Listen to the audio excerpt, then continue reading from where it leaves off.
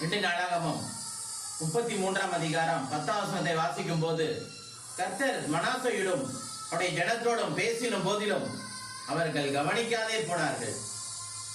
அதனாலே ஆண்டவர் 11ஆம் வசனத்திலே அவன் மீது சில பிரச்சனைகளை வரப்பண்ணுகிறார்.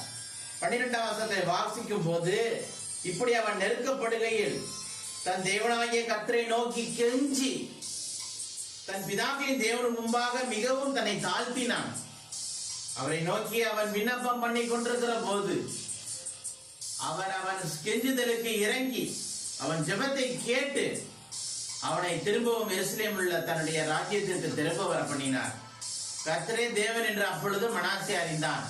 நம்முடைய வாழ்க்கையிலும் கூட நாம் ஆண்டவரை விட்டு சற்று தள்ளி போகிற நாட்கள் இருக்கும். ஆனால் அது அப்படியே தொடர்ந்து விடக்கூடாது. ஆண்டவர் சமூகத்திலே இந்த மனாசே செய்தது போல பிரச்சனை வந்த போது என்ன பண்ணான்? அவன் ஆண்டவரை நோக்கி மிக கெஞ்சுகிறான். ஆண்டவர் முன்பாக தன்னை தாழ்த்துகிறான். அப்படி தாழ்த்தும் போது அவனுக்கு திரும்பவும் ராஜ்யத்தை கொடுத்தார். உலகில் வேறு எங்கும் போன ராஜ்யம் திரும்ப கிடைக்காது.